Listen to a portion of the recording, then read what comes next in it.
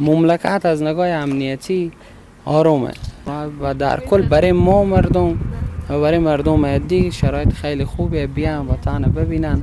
وای چه شرایط خیلی خوبی. امروز که نیمی از جمعیت افغانستان از درس تعلیم محروم شدن، این شرایط خیلی خوبی است برادر عزیز. و اینکه 70% از جمعیت افغانستان زیر خط فقر زندگی میکنه، شرایط خیلی خوبی است. 15% از جمعیت افغانستان با کمک فوری نیاز داره، این شرایط خیلی خوبی است.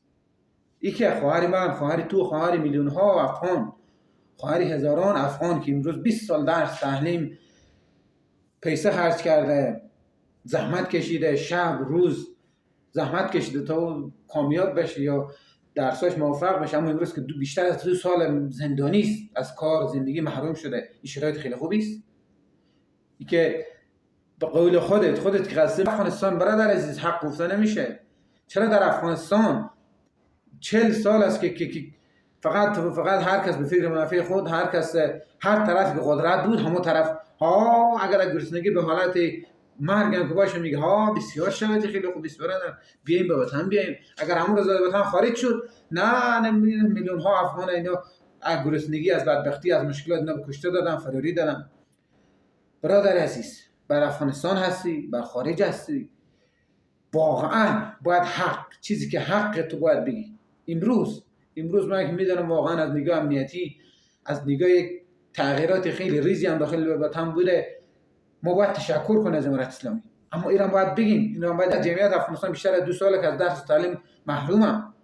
تمام خانم‌های افغانستان اینا 20 سال، بیشتر از 20 سال، کمتر از 20 سال اینا درس زحمت کشیدم، اینا شب روز اینا بسیار زحمت‌های زیادی کشیدم تا اینا به یک جای برسم، تا بتونم برای آینده کشور اینا یک پیشرفتی به وجود بیارن، خدمتی بکنم برای وطن خود. اما امروز که بیشتر از 2 سال اینا درس و تعلیم محروم زندانی هم، این شرایط خیلی خوبیه. امید از این دارم که یک روز شرایط خیلی خوبه، اون روز میگم که همگی ما شما آرزو اونو داریم. اینو میگم شرایط خیلی خوب که درس تعلیم حق بانوان، حق خانوان رعایت بشه. این که تمام افغان‌ها یکدیگر پذیر باشن، باید یکدیگر رو تحمل بکنن. باید این اگه شرایط خیلی خوبیه، چرا میلیون ها افغان خارج از کشوره؟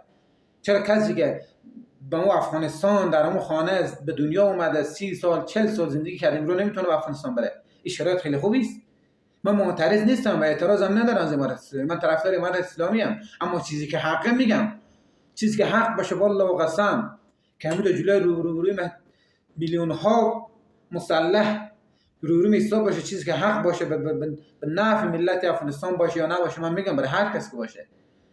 امروز نیست که من بگم بیاد من مخالف امارت اسلامی، نه من مخالف امارت اسلامی نیستم. اگر همین امارت اسلامی بود افغانستان آباد کرد نکرد، با والله قسم میلیون ها حکومت دیگه بیا آباد نمیکنه. اما اگه شرایطی که هست اینا رو تغییرات نده و اینها رو رعایت نکنه، والله قسم همین موندگار نخواهد.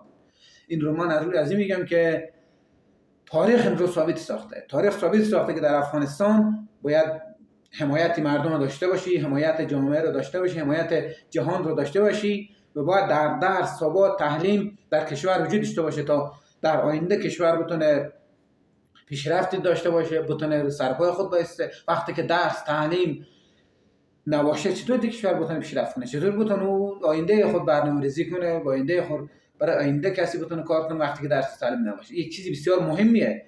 اما ما افغان ها لطفاً کسی که نمیدونه، واقعا کسی که قانون نمیدونه، کسی که واقعا خوبی و بعدی نمیتونه تشخیص بده، نیاد اینجا جلوی دوربین یا جلوی میک بگه بسیار شرایط خیلی خوبیه. اما وقتی همین شرایط رو از خارج کسانی ببینه، وقتی که جامعه جهانی ببینه، وقتی که حکومت ببینه، و چطور میتونه جدی‌تر باشه؟ بعد ما شما چیزی که آباد شده باید بگیم واقعا تشکری کنه از حکومت، از امارت اسلامی، واقعا این آبادی بوده، این آرومی بوده، این امنیت هست. اما این چیزا هست که اینا باید اینا هم درست بشه. تنها به امنیت کافی نیست برای مردم، برای کشور که تنها امنیت باشه دیگه نی اقتصاد باشه، یعنی درس و تعلیم باشه. فقط با امنیت مرد بو والله قسم اگر یک تغییرات وجود بیاد، باید درس باشه، تعلیم باشه، باید اقتصاد، تغییرات اقتصادی باشه که اقتصاد رو به رشد باشه. امروز به قول خودت که میگی 4 ماه هست که کسی نمیتونه حتی بیاد موتر سودا کنه و بخره، ایجار میگی بیا با افغانستان شرایط خیلی خوبیه، شرایط خیلی خوب. اون روز ما شما همگی میگیم که حکومت ما، تمام ملت افغانستان، تمام حکومت‌های افغانستان با هم یکی، صلح از نگاه مذکره صلح و یکدیگر پذیری و یکدیگر رو بپذیرن و همچنین یکدیگر تحمل بکنن. اون روز دیگه همگی ما نشون بدین شرایط خیلی خوبیه. شب روزتون خوش، خدا نگهدار.